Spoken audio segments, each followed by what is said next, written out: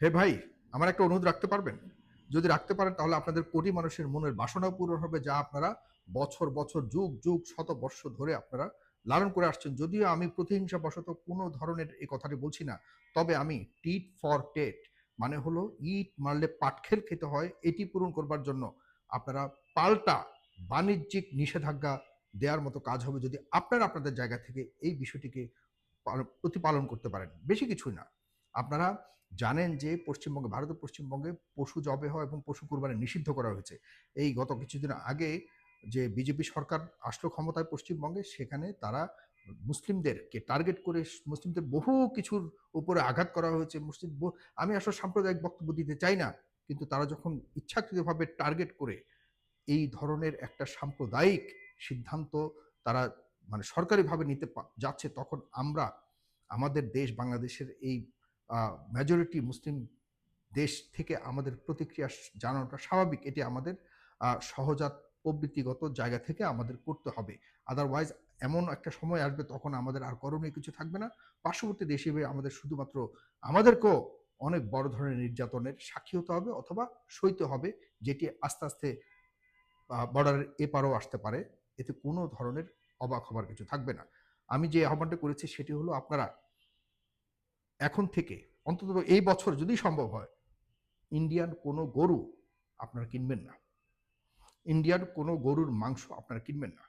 পুরো একটা বছর দেখেন, আপনারা কষ্ট করে গরু পালন করুন, আপনারা কষ্ট করে গরু ব্যবসা করুন, আপনারা কষ্ট করে গরুর যে আমাদের ব্যবস্থা রয়েছে বেচার অথবা পালন করবার, এটিকে বৃদ্ধি করুন, পশুপালন বৃদ্ধি করুন।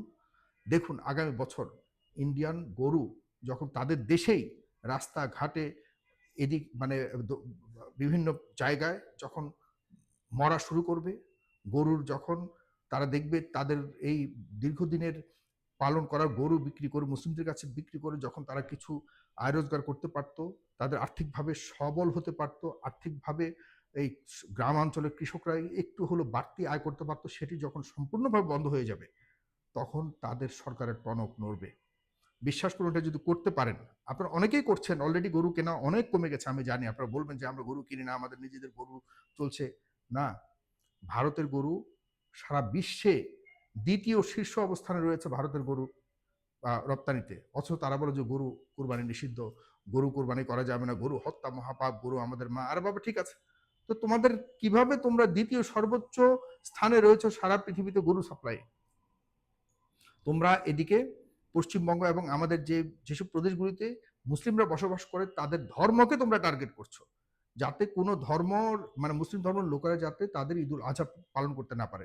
তোমরা ঠিকই তোমার মাকে জবাই করো ঠিকই, আস্তাগফিরুল্লাহ, আমি এবার বলতে চাই না, তোমরা মায়ের মানে মাংস খাও ঠিকই বা মাংস বিক্রি করো, কিন্তু তোমরা স্বীকার করতে চাও না, কারণ তোমাদের মনের মধ্যে এক, মুখে আরেক। আমরা এটার জবাব যদি না দেই, আমাদের আসলে কোনো ধর্মীয় জায়গা থেকে না, এটি মুসলিম, যেহেতু আমি তো অস্বীকার করতে পারবো না আমি মুসলিম নই, আমি মুসলিম, 100% আমি মুসলিম, কিন্তু আমি অসাম্প্রদায়িক চেতনায় বিশ্বাস করি।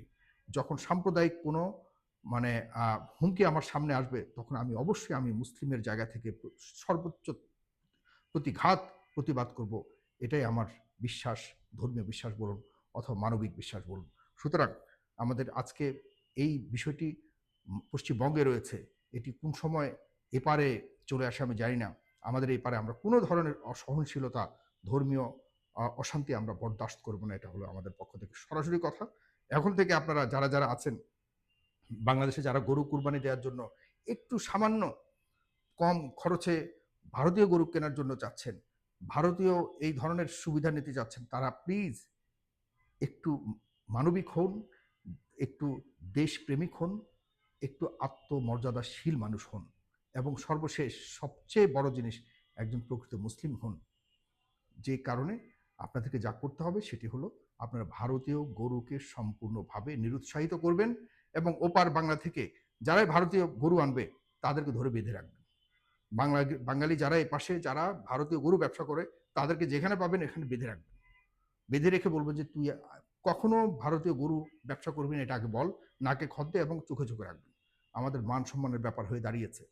সুতরাং তাদেরকে, তাদের গরু না কিনে তাদেরকেই, তাদের দেশের কৃষকরাই তাদেরকে তাদের সরকারকে পেটাতে ধরবে কদিন পর। যদি না হয় আপনারাই আমাকে তখন জবাব দিয়েন।